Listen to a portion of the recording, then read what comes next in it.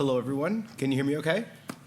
There's lots of room in the front if anybody wants to come up, and even though these are professors, they're probably not going to call on you just because you're sitting in the front.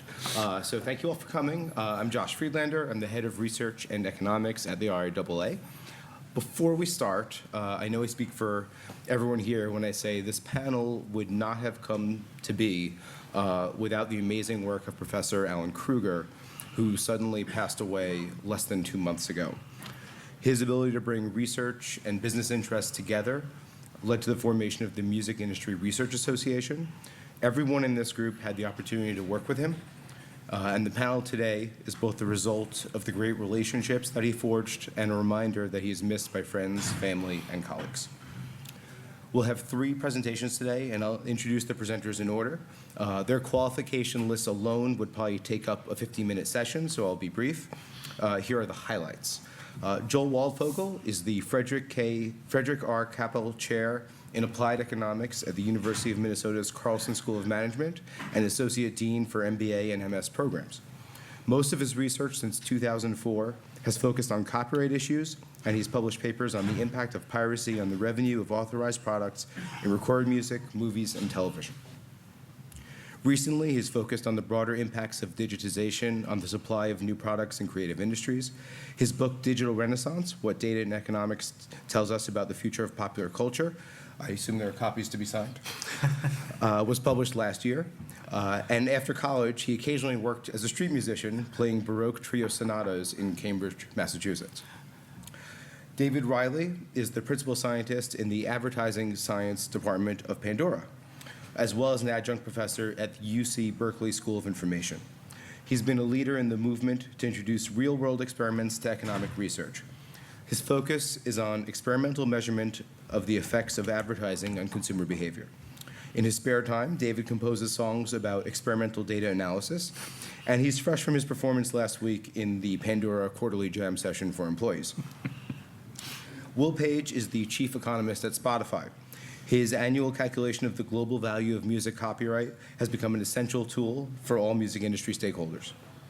He's also published groundbreaking work on user-centric licensing for streaming services, and he's a fellow of the Royal Society of Arts. In the little free time he has, Will is a club DJ known for his jazz funk fusion mixes, and you can stream them on Mixcloud. We'll do Q&A after each session, and if we have any extra time at the end, we can do some more then. So, Joel Waldfogel. Thank you.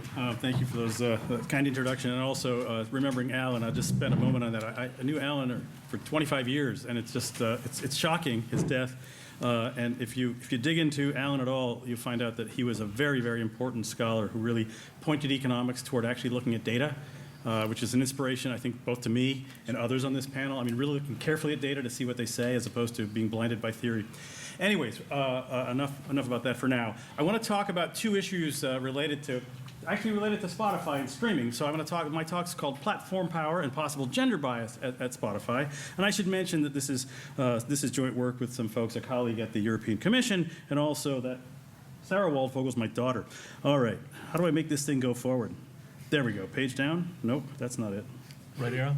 What's that, right arrow? There we go. Okay, a little bit of a prologue. If you read the newspaper these days and pay any attention to economics, there's a lot of concern about so-called internet monopolies. You'll see the word GAFAM, which is, like Shazam, only it's about Google, Apple, Amazon, Facebook, Microsoft, and so forth. There's a lot of concern about growth in market power, growth in markups, and it's really it has some analog in the music industry. So in the music industry, the old days, I'm old enough to remember a world before the 1996 Telecom Act when there were lots and lots of independent radio stations and lots of independent record stores. So if you think about essentially the decision makers who lived downstream from the producers of music, it was very fragmented.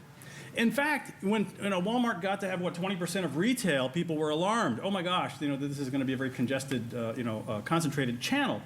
Well, nowadays, we have a small number of players. Spotify and Apple are 2 major ones, Pandora in the non-interactive space, who make all those decisions in one combined entity. That is, they're both the radio station and the record store, because after all, the curation and the revenue generation occurs inside the same entity. So a small number of entities are making a lot of decisions.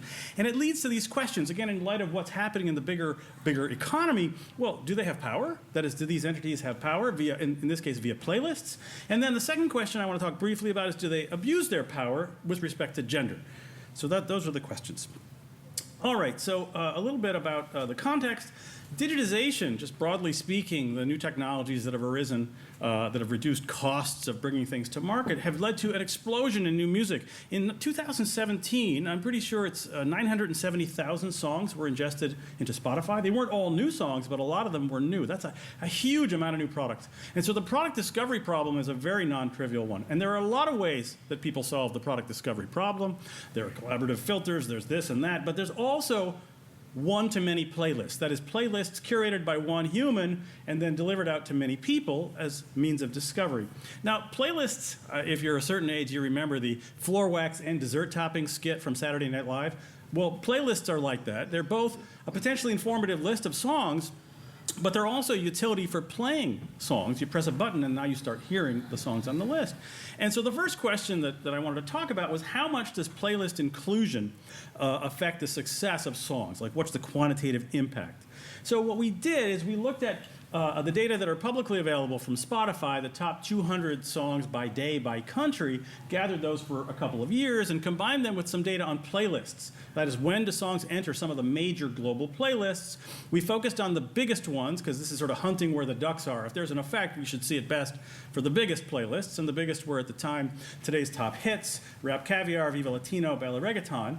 We also looked but we also looked at a different kind of list, the new music lists for 26 different countries, which, as you know, those add 50 songs a week, and the songs stay on for a week, but they're new when they're added. So first question, what happens when a song enters or leaves one of the big global playlists? There's a lot of kind of econometric, data science gobbledygook I could show you, but a picture is better. Here's a picture. This is what happens when a song is added. Well, there's a jump. So the song's rising before it's added, and then there's a jump. And then when it leaves the list, a varying number of days afterwards, on average I think it's about 75 days for this playlist, there's a jump down. This is pretty clear evidence that there is a positive impact of joining the list and a negative impact of leaving it. And so if you take that idea seriously and do it both for that playlist and the other three, then the other three I mentioned, then you can come to some estimates of, in some sense, what's it worth to be put on one of these big playlists. And our answer is that it's about 20 million additional streams. Now, how big is 20 million for today's top hits? Well, the total or average number of streams for a song that makes it onto that playlist is on the order of 86 million streams. So it's about 20% or 25%. So kind of a big chunk of the total success of these very successful songs that's driven by their playlist inclusion. And we calculate this separately for the other four playlists there. And in many cases, these are pretty big numbers relative to the total numbers of streams. This is just in-platform impacts, but still, that's an important thing.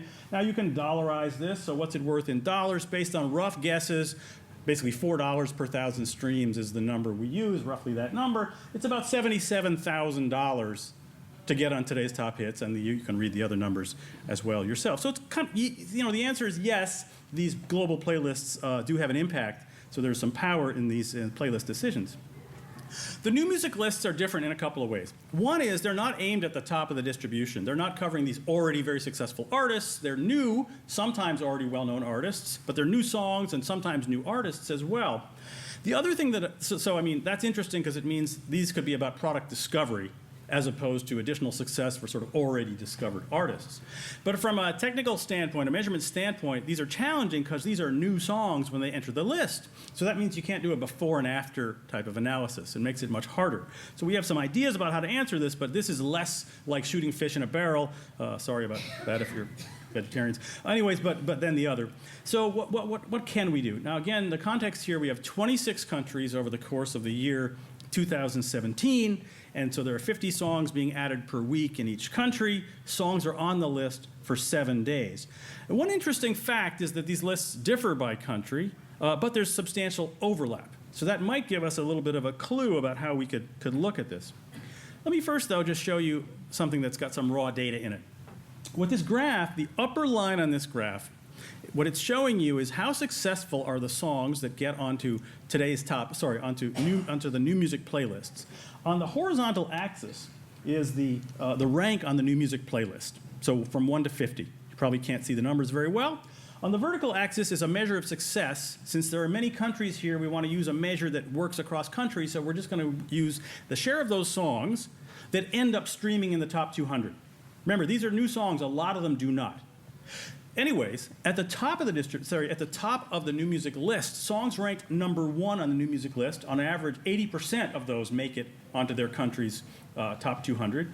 And you see as we go along the ranks, from the song ranked number 1 down to the song ranked number 20, let's say, there's a steady decline in the probability that the song makes it into the top 200. Now, after about 20, it's kind of 0. But before we sort of get carried away and think we've learned something here, let's be clear. This is not the impact of being put on the list, because part of why you got put on the list, because you're anticipated to be successful. So trying to distinguish this part, this interesting predictive part that contains both whatever impact there is of being put on the list, as well as the reason why you got on the list, is a hard one. Here's what we do. And we do more than this, but I only have a little bit of time. Imagine a song that's ranked number 5 in the US and number 10 in Canada. That is, it's number 5 on the new music list in the US and number 10 in Canada. Well, those are really two different treatments. In one place, it's being given a higher rank, and another place, a lower rank. The question we ask is, does it end up with a higher or lower probability of streaming success? So again, it's holding constant the song, but looking at different new music treatments in the two countries and asking, is there a different outcome? The answer is yes. So the lower line shows you essentially the part of the part of this that's the impact of the differential ranking across place. It's about half of it. So it's about, a song ranked number 1 on the new music playlist, its probability of streaming success is elevated by about 50%, 50 percentage points. Okay, we can also, it's not in this slide, but we can also look and see how long are your streams elevated and what do they amount to.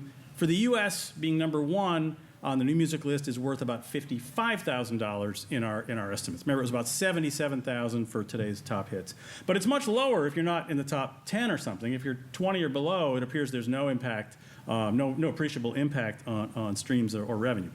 Okay, so finishing up part 1, playlist inclusion has big effects. 77,000 at today's top hits, other numbers at other lists. There are also big effects on discovery, on the order of 55,000 for a number 1 ranked song on today's on New Music Friday. How am I on time? You got 6 minutes. 6, that's perfect. I'm going to leave some time to chat about stuff. So our Spotify playlist gender biased. It's kind of almost, I don't know. When I talk to some people, they say, why would you even think that?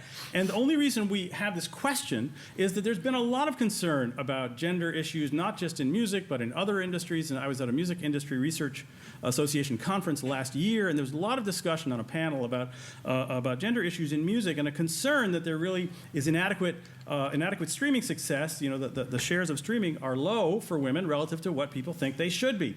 And there are some who look at Spotify and say, well, you guys are big, it's your fault. So I thought it would be interesting to look and see, no, but I mean, seriously, I thought it'd be interesting to look and see, roughly half of listening is female, right? Roughly a quarter of streaming is female artists, depending on how you measure female. Roughly, if you look at labor force statistics, there's gender segregation by occupation, but actually about a third of the people who report being musicians are female. So you could say by a variety of measures that maybe it seems low relative to what it should be. In any event, let's think about whether Spotify or other causes are relevant. So one cause could be low female participation in the industry. Another could be kind of bias from labels or radio stations, or in this case, streaming services. And which one it is, if any, is, I think, relevant to what the useful remedies would be. So this is a hard question in the way that testing for discrimination is always hard. But let me talk about 2 broad ways we go after it, and we can, if anybody wants to geek out with me later, I'd be happy to.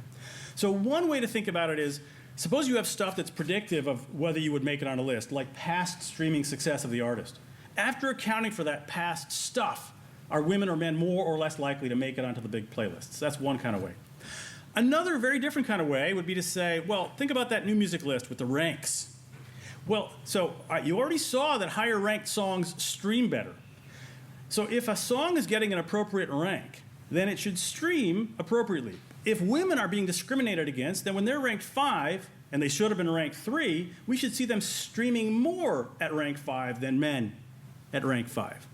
If you don't have a headache yet, then that's good. You might enjoy an economics class, but that's the idea. So again, I'm not going to drag you through too many geeky details, but if you think about the first kind of test, after accounting for stuff, or men or women differently likely to have their songs on playlists, the answer is there's very little systematic differences in the probability of being on the global playlists after controlling for stuff. It is true Rap Caviar is very male, but today's top hits, if anything, is a tiny bit more female, conditional on stuff. There just isn't a lot of systematic evidence of bias in the global lists. On the other hand, the new music lists, there we're looking at the rank you receive, and conditional on stuff, that is controlling for past streams and other things, actually female songs have a little bit better ranks by 0.75, so a lower number is a better rank. But there's no clear evidence that reflects bias, because if it were bias, then you'd stream less conditional on your rank. So anyways, I think and here, that just shows you I did some science. You can't see it though, so we'll keep going. But the answer is 0.75. That is a little bit better ranks for female artists on the new music lists than men conditional on stuff. So let me wrap it up. Where are we? Female share of streams is about a quarter. That's low, for example, compared with the female share of musicians. It's reasonable to view this as a problem. It's sort of above our pay grade to decide whether it is, but I think our punchline is there's no clear evidence that playlist decisions are the underlying cause. There may be other causes that should be addressed, but it's not, I don't think the problem is the playlist. So, finishing, power, yes. Bias, no clear evidence. Thanks.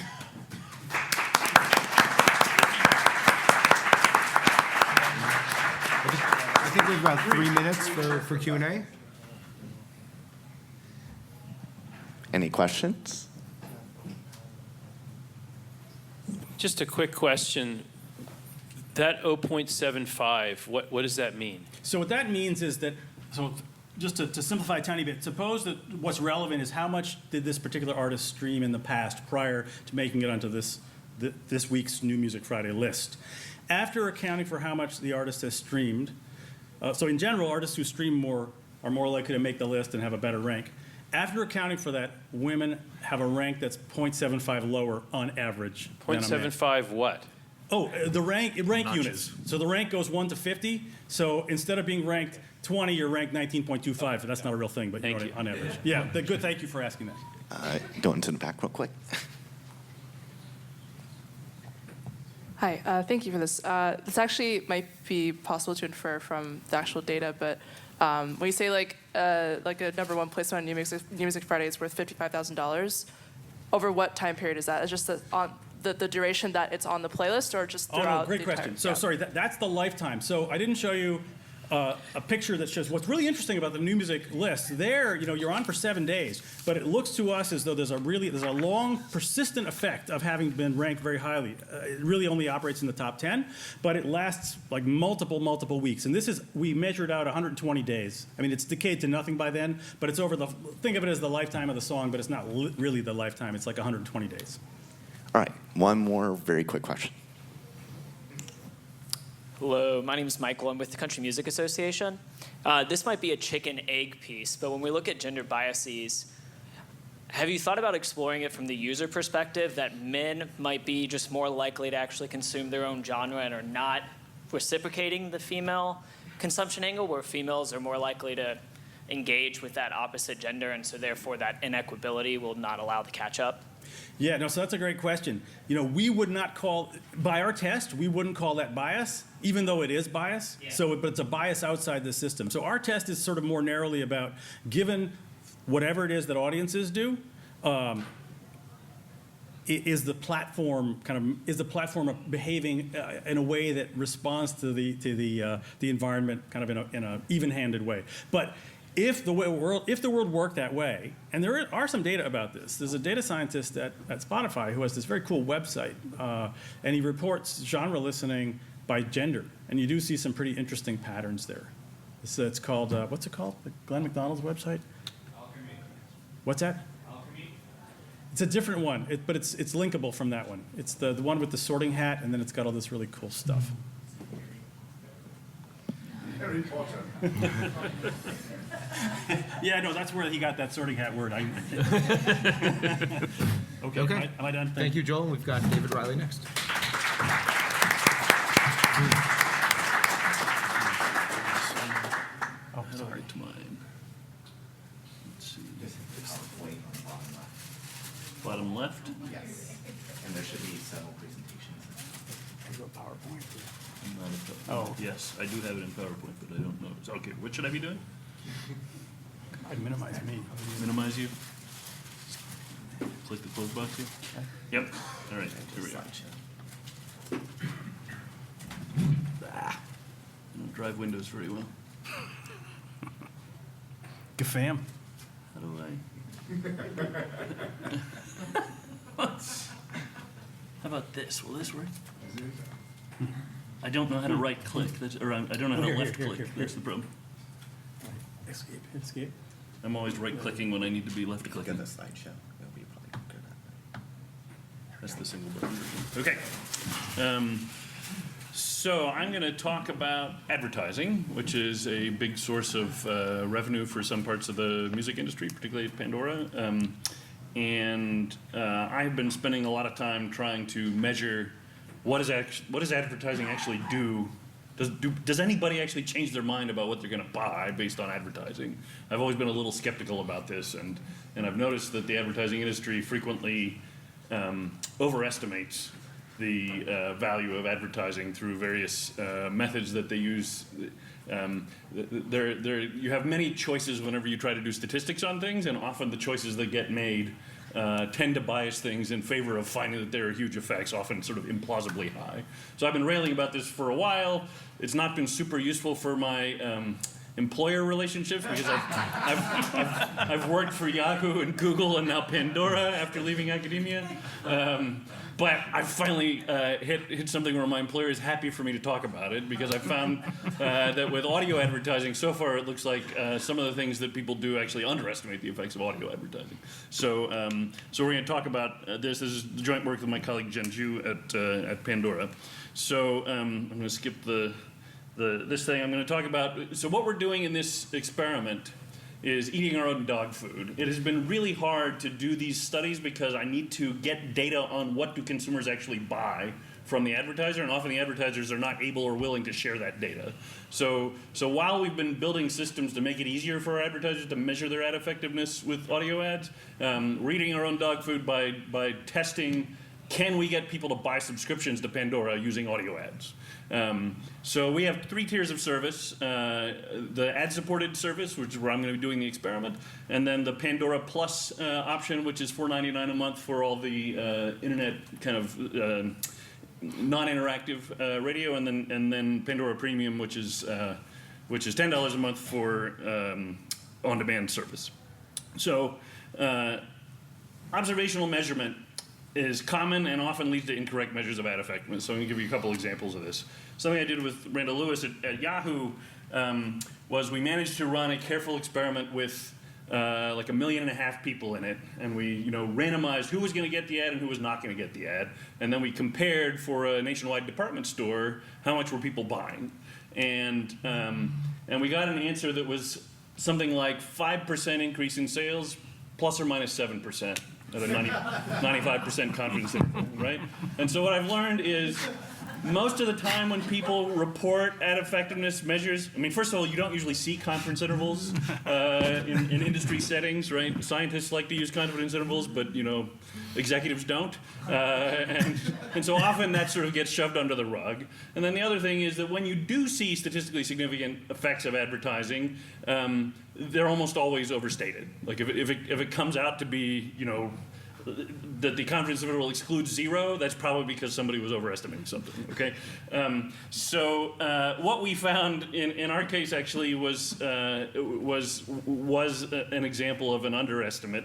The observational method, if we used it, so what we did was say, okay, let's take the part of the experiment where people were supposed to be getting ads, and then we compared the people who actually got the ad with the people who didn't get the ad even though we tried to show it to them, right? So there's some people who sort of browse Yahoo more and some people browse Yahoo less, and then you find that they have just totally different levels of purchase from the department store whether they got the ad or not. And you can see it in the pre-campaign data. And so when you're trying to compare people who saw an ad to people who didn't see an ad, it really matters what caused them to see the ad, right? Because you're going to end up comparing apples to oranges. People who listen to Pandora a lot may purchase less from an advertiser than people who don't listen to Pandora a lot, or listen to Pandora a little and sort of don't end up getting an ad, right? So this is the kind of thing that I've spent 10 years worrying about. So we figured out how to improve statistical power on this by running placebo ads, and I can explain more about that, but I probably need to do that in an after session geek session. Here's another example that I really like to talk about where you can see how you can get the answer wrong. So my friend Steve Tadelis became chief economist at eBay a while back, did a stint there, and he said, gosh, how come we pay for an ad at the top of the page when people search for eBay on Google? So what you see, I type eBay, then there's an ad for eBay, which if somebody clicks it, we pay a penny for, and then there's the organic search result for eBay. Like, what do we think people are going to do if we don't advertise? and the marketing people at eBay said, oh, Steve, you don't understand. This is the most valuable ad we place anywhere because we get like $30 million in sales after people click that ad. And he was like, yes, but what is the counterfactual? Right? What would have happened if they hadn't seen that ad? And so he, after months of arguing, managed to get them to an experiment where they turned off the ad in certain cities, and they said, "Oh, gee, not all of that $30 million is caused by the ad. Look, we're actually getting a lot of it anyway, right?" So this is the problem that I've been wrestling with the advertising industry, where people are making assumptions they don't even realize that they're making. Okay, so we want to measure the effectiveness of audio ads. They interrupt the stream of music, so we hope that their effects are going to be a lot larger and more measurable than display ads. That's why I agreed to come work for Pandora. I was going to make one last chance to see if I can measure the effects of ads, because they're just so hard to find. It's like a needle in a haystack. An ad campaign can be very profitable, but you still won't be able to measure it because you advertise to a whole bunch of people. 1% of those people decide to change their behavior, and it's hard to find that in the middle of the haystack of the other 99% who are all buying different amounts of stuff. So there aren't any good audio ad field experiments prior to this one. It's also difficult to set up good A/B experiments. We didn't have an existing technology to do this, so we went through a lot of manual effort to do this, to book an ad campaign, randomly exclude people from a control group, and then we try to run placebo ads in the control group so that we mark with a public service announcement exactly who would have gotten the ad if they'd been in treatment, and then the advertiser will make a change to the order at the last minute and not tell me, and then my treatment group and my control group don't match each other anymore. I tear my hair out a lot. And then it's hard to get outcome data and so on. So what we're going to do is measure the effectiveness of Pandora's ads designed to promote Pandora Plus subscriptions. We have all the outcome data available because Pandora listeners are always logged in, so we always know who got the ad and who bought the subscription. And so we're going to be, making this measurement, trying to benefit external advertisers and trying to figure out our own marketing decisions. So the question is, how many incremental purchases can we measure in an experiment with a control group, the people who got the ad versus the people who didn't? And then how does this compare to the attribution model that our marketing team was using? It turns out we get very different results. And then we're also interested in how long-lasting are the results of the ads. So we run a campaign. Let's see, can I get the sound here? With Pandora Plus, you can listen to can't your really hear music it. offline mode. What does that mean? It means when you're not connected, your music is still playing. You'll also get ad-free listening, as well as replays and unlimited skips for less than $5 a month. Start your free trial today. Okay, so that's what the basic ad looks like. And then we tried one with sound design as Now well. you can hear more with offline listening from Pandora Plus. That means more of this, even when you're here. Please turn off all electronic devices. With unlimited skips, Okay, so replays, and we have a ad-free sound listening. design team For less than $5 a month. that makes audio ads at Pandora, and they've been telling me that putting in sound effects is really important for ad effectiveness, but nobody had ever been able to test that. So we're going to test that in this experiment as well. Okay, and so to the control group, everybody gets to hear a Little Kids Rock ad, which I would play you if I had time, but I don't. So this experiment includes 50% of all Pandora listeners. We put 10% into each of our 5 groups. One was the control group, who got something that had nothing to do with Pandora subscriptions, and then we had 10% who got voice narration and no display ads, 10% who got voice narration with extra display ads that appeared on the screen in addition to the usual ones you get. And then these two cells as well, where you had both of those had the sound effects in them. Okay, so the experiment took 4 weeks. The first 2 weeks we failed to book the placebo ads we meant to do for the control group, which was a bummer. Phase 2, we managed to get things sorted out, and we booked placebo ads to the control group, and that helps us shrink our confidence intervals. Okay, so it turns out we get significant effects both ways in this case. We do a randomization check that I'm not going to go over in detail, but these 4 graphs tell you that the 5 different groups all look very similar to each other in terms of how many ad impressions are they getting, what's their gender, how many total hours do they listen, and how many days per month do they listen. And the results are audio ads work. Okay, so how do I look at this? So we had over 3 million listeners in this group with the sound effects, and as opposed to the voice narration. So the S is sound effects, V is only voice. D is with extra display ads, and N is without extra display ads. Okay, so we saw 13,000 subscriptions here, 13,000 subscriptions here. Whoops. And in the control group, we only had 8,000 subscriptions. Right, so the ads are clearly doing something, right? We're getting 5,000 more subscriptions in this group than we had in this group, even though they're equal-sized groups, and it was just the content of the ads that was different. And we know they're all the same because we randomized them. Okay, so the treatment effect is we have 0.15% additional probability of signing up for a subscription if you got this ad campaign with the sound effects, and only 0.11% more additional effect if you didn't have the sound effects, right? And we can actually see that that's a significant difference too, right? And this is on a baseline conversion rate of about 0.379%. So we're seeing like 0.38% of people sign up for a subscription during this period, and we know that 0.15% of that is caused by the ad, and the rest of them are just going to sign up organically. Thanks. So the audio ads were much more effective than what our marketing team concluded from last touch attribution model. So they used a model where they said, if we see a subscription, we go back in time 20 minutes. If they heard an audio ad within that 20 minutes, it must have been caused by the ad. And if it was more than that, then it wasn't caused by the ad. Okay, just totally arbitrary assumptions like this get made in advertising effectiveness measurement all the time. So what happened? Well, the actual number of trials that we saw go up from control to treatment was 4,000. The number attributed by the marketing team's model was 1,200. So we're actually getting 3 times as many additional trial subscriptions started by this ad campaign than the marketing team was assuming. So attribution models usually overestimate the effects of display ads, as I've seen with my work at other places. Often people were going to purchase anyway, and they end up using the ad as a useful navigation tool, right? And so it wasn't actually caused by the ad; it just sort of got credit for the purchase. On audio, I think what's happening is listeners are often listening while walking or driving or working, and they hear the ad, but they're not going to click. But it still sticks in your brain and causes you to be more likely to make a subscription later. Note that our last touch attribution model showed that 200 Pandora Plus conversions were attributed to the Little Kids Rock ads, right? Which probably was not happening, right? So audio ads have long-lasting effects. Here's a time series of what the treatment effect looks like. So here, control group is the baseline, right? So there's red line at the bottom, and so the other 4 groups are deviations from control. And so the first part of the experiment happened, and you see a big lift in incremental conversions. It tails off for a few days while we were fixing the experiment and rebooking the ads. And then it comes back up here, and then the ad campaign ends here, and you still see statistically significant effects of the ads on purchases for 2 weeks after the ad campaign ended. Okay, so I'm going to leave that as my main punchline and skip these other things.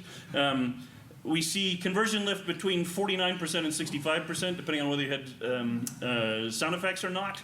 30% more when you had sound effects.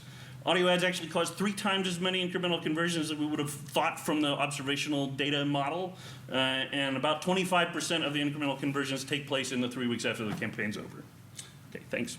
Questions? I don't have time for questions. While Will gets set up, I have time for one question, unfortunately. So while Will gets set up, if David wants to take one question from his seat.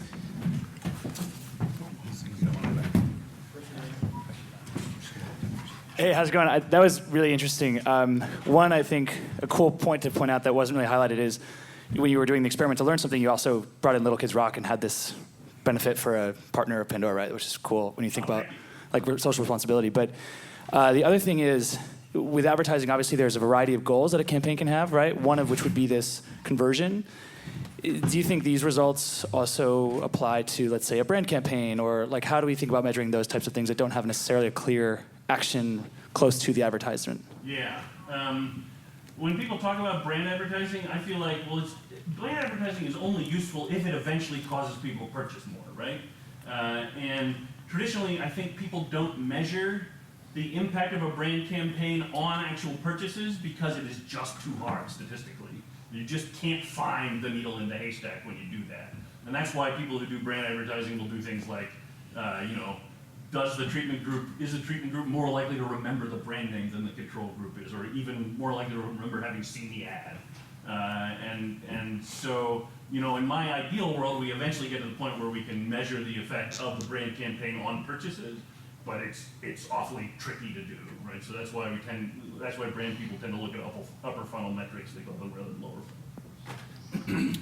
Thank you, David. And we've got Will Page from Spotify, and if we have time at the end, we can do more questions. Yeah, this should be reasonably short as well. Thank you for the chance to join your panel, and thank you for the kind words you've all mentioned about Alan Kruger. If I can just share one very quick memory. When I was a government economist in Edinburgh trying to get into the music business, Alan allowed me to meet him at Princeton campus. And Scotland has economics department, sure, but we don't have Princeton's economic department. And I was with him and his colleague Marie Connolly, and he took me for lunch. He said, let's just walk across the road and we'll go to Delhi and get a sandwich or something. And I remember going up to the pedestrian crossing, we'd call it in Britain, and getting ready to go. And there's this elderly hunchback man who had wandered across the road before the Green Man showed. And I reached forward and pulled him back and said, hey, there's cars coming, you've got to come back in. And we pulled him up in the Green Man, and he crossed the road, and Alan said to me, you just saved John Nash. So it's quite surreal. Two memories of two... A beautiful mind, in case anybody doesn't remember. So yeah, for me, it just reminded me of not just what a wonderful Princeton academic he was, but just what a wonderful university it was as well. So really, really deeply missed. With that, one thing that Alan taught me about is to look at, in the music business, where do we have tools which are not doing the right job?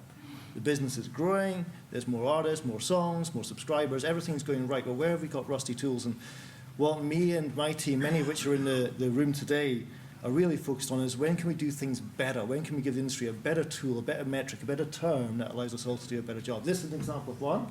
It's going to be the term catalog, which is a very important term in the music business. And the basic premise here, and I'll come back to the slide at the end, is it's like a square peg in a round hole. What is catalog? Catalog is, I released Joel's album, and after 18 months, we retire it to the catalog team. So from proactively investing to create demand to responding to demand after that 18-month mark. That's very important. It dictates how marketing budgets are spent. It dictates how record labels are structured. It's a hugely relevant term which affects how the business functions. And my argument is it has zero relevance to the music industry today. To hammer that point home, what we have to do is go back, way back, and learn about where the term, the catalog, this 18-month rule actually came from. And it's a hilarious story, and it's got a certain sense of irony to it. And we're going to go back to 1991, and we're going to go back to this album, Meat Loaf, Bad Out of Hell, which was released in 1977, so it was definitely catalogued by 1991. Mm-hmm. And what we're going to understand here is what did the industry do to invent this rule catalog, which still continues to this day. Charts are an interesting thing. They're there to promote new music. That's very important. And what they realized in 1991 was, A, people were replacing their vinyl and cassette collections with CDs. That's what we call a format change. And B, everybody in America had to rebuy 1977's Bad Out of Hell again. Therefore, C, they couldn't get off the top of the charts. So the term catalog was invented to deal with a format change. What are we discussing today? Dealing with format changes to kick Meat Loaf off the top of the charts and allow new music to dominate those top slots. That's where this rule came from. Here in 2019, why are we even discussing it? We've left transactions, we've gone to streaming, but that's the origins of it. So just remember, the problem was a format change. Today we're dealing with lots of format change issues. But the solution was to invent this 18-month rule to say, if you're more than 18 months old, you're a catalog and you're no longer eligible for the charts. And that's affected how the business functions thereafter. So now we know where catalogue comes from. What we're going to do is move into an artist case study about this band, Imagine Dragons, who I have to say I had the pleasure of seeing in Madrid, and quite frankly, the best arena band I've seen in over a decade. One of the best concerts I can remember. And what we were able to do is work with, I'm going to refer to the two Garys here, Gary Eggleton in my team and Gary Kelly at Universal Music Group, two brilliant minds, one a statistician, another an A&R person, to look at what we can understand from the Imagine Dragons story. And we published this article in Music Business Worldwide in 2017. We're going to recap it here, and we're going to update it with some exclusive new information shortly. But the article says, does this music industry's definition of catalogue need an upgrade? And I'm happy to say, in 2015, I made it my New Year's resolution to reform the definition of catalogue and improve my Spanish. And the head of Universal called me to say, you better get your Spanish up to speed because we accept what this argument is going to put forward. David Erlandson, a Swede who works in London in our team, did this work where he looked at all the songs released in a 24-month period and how much demand happened in the first 12 months and how much demand happened for them in the second. And the headlines there in orange, put bluntly, year 2 was earning them more money than year 1. Now let's remember, for the past 70 years, we've had a music business which is front-loaded. I put out Joel's album. What happened in the first 4 weeks is going to determine 90% of your business. And I'll move on to your project. And after another 4 weeks, I'll move on to your project, like a conveyor belt. But this is a reality. We're in a reality where year 2 makes you more money than year 1. You've got to really think this out here. There's different questions for every single person in this room. What do you do to the PR team you've hired for 2 months to work the record? What, sack them after 2 months? When year 2 makes you more money than year 1? That's a challenge. And I'm not saying there's an easy answer. So then we went to the data to look at how Imagine Dragons perform. Now, this is a 2-axis chart, and the golden rule of 2-axis charts is to take your time explaining them. But what we've got here is blue bars, which represent sales, transactions, and that's on the left, and green bars, which represent streams, and that's consumption, and that goes over to the right. And very important, you can see we're dealing with different numbers, millions of sales, and therefore billions of streams on the right as well. Now, in a transactional world, Joel buys the album and then you consume, and I don't know whether you consumed it or not. I always remember, like, what fascinates me with the music industry is back in the heyday of the 90s, Jeremy Fabinia, a real mentor of mine in Australia, told me that, you know, the transactional model was doing so well, we actually sold CDs by the weight of pallet. I got a pallet of CDs there. How much does it weigh? 30 kilos? What's on it? I don't know, Shania Twain, someone. It's all going to sell. So they're actually buying and selling CDs on the weight of pallet. Well, how much data and analytics is in the weight of pallet CD? But what we don't know when Joel buys a CD is, did he actually open it? Did he consume it? Did he listen to it? That's all loss. We just know there was a transaction. But what we can see is how many CDs were sold, how many downloads in this instance were sold in the first 18 months, 1.8 million, and how many were sold in the second 18 months, dropping to 1.4 million, a drop off about a third, which is really, really impressive for sales. Usually everything happens in the first 4 weeks and very little thereafter. This is a really, but intuitively, we sold less when it became catalogue than we did when it was frontline. Frontline is when you actively promote sales, catalogue is when you respond to demand. Now go to the green bars on the right-hand axis and follow this closely. We can see what happens to streams after it became catalogue. After you give up on the project, what do we see? Streaming here increases by 177%. So just when you're peeling off, you're taking your foot off the accelerator, demand for the content went faster and higher. Very, very important observation. And that, for me, is a great way to start thinking through the challenge of catalogue. Not just a challenge of catalogue, but how do you adapt to consumption that grows over time? Spotify's getting bigger, streaming's getting bigger, demand could get bigger over time as opposed to front-loaded on the point of release. Complicated chart, but we're going to make it very easy to understand, and then it all downhill from here. But this, again, was Gary Eggleton's work to kind of consider how can you adapt to catalogue. And the way to think about this chart is, I call it that I prefer the earlier stuff anomaly. So back to CD sales, if Joel preferred the earlier stuff and went back to listen to those CDs or downloads that he's purchased, I don't know. But in streams, if you prefer the early stuff, there's a windfall of cash that comes pouring in. So what we're going to do here is we're going to look at how long do you want catalogue to be along the x-axis. You have many different months that you can do. So this is a sort of dynamic economic model, but I'm going to pull out 2 observations from it. And how much share of frontline is on the y-axis. And blue represents sales, predominantly iTunes. green represents streams. All streaming, but when we did this work, predominantly Spotify. So the first thing is to say, we know there's an 18-month rule here, so let's just apply it and see, in a world of sales, how much of that business is frontline. And we go up from 18 months here, and we can see 47% here, which tells you that in a transactional model, when I'm running my business, roughly half of my business is frontline, half of it is catalog. But remember that Joel, I preferred the earlier stuff anomaly, the windfall of cash that comes in from catalog. Just go down that red line and see the green line. For streams, it's only 31%. Because catalog is being monetized again, it makes up a bigger share of your business. Very, very important point. Next intuitive question, if that's all clear, and if there's questions, please shout them out, because this is a little bit complicated, is what if I wanted the streaming world to reflect the sales world? What would I need to do to the definition of catalog to cope with that? Here what I do is I simply go across to see the green line at 47%, and I pull down to see where that lands, and guess what? 2x, 36 months. So repeat, in a sales world, it's half and half. Half my business is frontline, half is catalog. In a streaming world, I would have to extend the definition of catalog to 36 months to keep that ratio constant. Essentially, behaving like a marathon runner as opposed to a sprinter. So just to recap there, we can understand A, that this catalog produces a windfall of cash for content that would not otherwise be monetized, and B, that means you have to have a longer view about the music industry's release schedule than you would have otherwise had in an age of sales. So let's go back to Imagine Dragons and prepare the work that we've put together for the presentation. Just remember what Imagine Dragons have done in... Well, we're having some trouble here. Yeah, better. What they've done in a pretty short and incredible career, they've had 4 albums. In 2012, we had Night Visions. 2015, we had Smoke and Mirrors. 2017, we had the Evolve record. And in 2018, we had Origins. And there's been various singles, EPs, live recordings in between those points.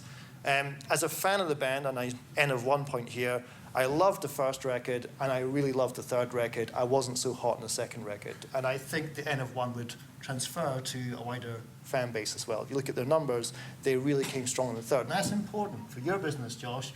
A lot of bands are dropped because of the second record performance, the second record paradox almost. So what we're going to do here is just present a new way of looking at the data, which is going to cover these 2 data points here. We're going to kick it off in 2015, and we're going to end the data with respect to Universal just before the Origins album dropped. And the chart looks like this. What we're going to do here is look at total streams of Imagine Dragons cut up by how old the content is. Yellow is in the past 2 months. Blue is frontline from 2 to 18 months, so we've got sort of uber frontline and then sort of deeper frontline. Catalog is 18 to 16 months, and deep catalog is 36 months plus. The point of this is, it's a tool that Joel could transfer to his work, that labels in the room can transfer to their work, which involves really good street data information. Just recapping what we see here, we can see the Smoke and Mirrors album drops here in February 2015, as I mentioned earlier. Not too much change in demand there. You can see some new release demand turning into blue, but not much. Smoke and Mirrors live album drops here. Again, not much activity happening there to the band. But then we go to the first single for Evolve drops. So again, here's your campaign. Here's like, what are we promoting here? A single, an album, a repertoire set.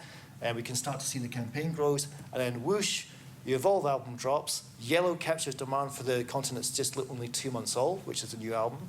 It's a cohort analysis that's quickly going to convert into blue, which is consumption of the 2 to 18 months content as well. And then what we can see here is the key point. A catalog uplift, this green area here going up as a result of the new record, over 1 billion more streams and counting. So what we're learning here is new content has successfully, like a rising tide lifts all boats effect, driven demand in old content. People who got into the third album went back. And what's really interesting is they went back not to the second, but back to the first record. This is crucial. I got to stress, this is Music Business 2019 going forward, is adapting to these types of things. Releasing a new record has got many purposes. Obvious one, hope you like the new record. Better one, get back to the older stuff too. What does this mean? Well, I'm pleased to say for the band, and I thank Joe Marperez for his work here, can now celebrate 10 billion plus streams. And also, they are the second most streamed rock band of all time on Spotify, behind Coldplay. which I think is right, because as you Americans know, it was the Brits that taught you how to rock. And I'm sorry if that inconvenient truth gives you the blues. Do you see what I did there? But then the key point to wrap this up on is, on the 17th month, and Gary Kelly at Universal is on record about this, they looked at Imagine Dragons, they looked at the numbers with that sprinter mindset and said, you know what, it's not adding up for them. Maybe we should just move on to a new project. Gary Kelly said, no, we're going to go along with this band, stay the course, and had they dropped that band because of this antiquated catalogue rule, they would not have seen 10 billion streams, and they would not be the second most streamed band of all time. One last exhibit, and then I'm done. It's very important for Music Biz to talk to the audience, and for the unsigned bands and songwriters out here in the room, you know, great, Imagine Dragons, they've got Universal's firepower, but what does it mean for me? Tom Misch, British artist, again, taking American music to America and doing really well with it, just like Jimmy Page did back in the 70s, no relation. But yeah, if we look at Tom Misch, the important thing is, what do we learn from his story as an artist without a record label? Huge in Britain, huge in America, traveling around the world. And just to repeat, the analysis is relatively straightforward. We're looking at streams by Frontline Yellow, Catalog Orange by month. We're highlighting here when the album drops. And what I want you to remember here is, yes, people got into the new album Geography by Tom Misch, an artist without a record label, but he saw a 5x increase in catalog. What he successfully achieved was people, A, engaging in new content, and B, going back to monetize the older content too. So I just want to make that point, which is, yes, this can apply to major labels and major artists, but it's also applying to the DIY artists as well. Wrapping up, this says a lot in terms of, you know, what are we looking at here? I think we're looking at lots of rusty tools in the business that need to be reformed. Catalog is one. There are many others, but I think that's what Spotify's economics team is all about, is how can we give the industry better tools so we can all do a better job. Thank you very much. Thank you, Will. And thank you, everyone. We're actually at the full time, so if there are more questions, please come up. Let me just say a thank you to the panelists for bringing economics alive and making it interesting for at least 50 minutes. So thank you. Thank you so much. Since we have a panel in 5 minutes from now, I actually need everybody to stand up and head over to the left and exit, unless you were staying for the next panel. Thank you so much for joining us.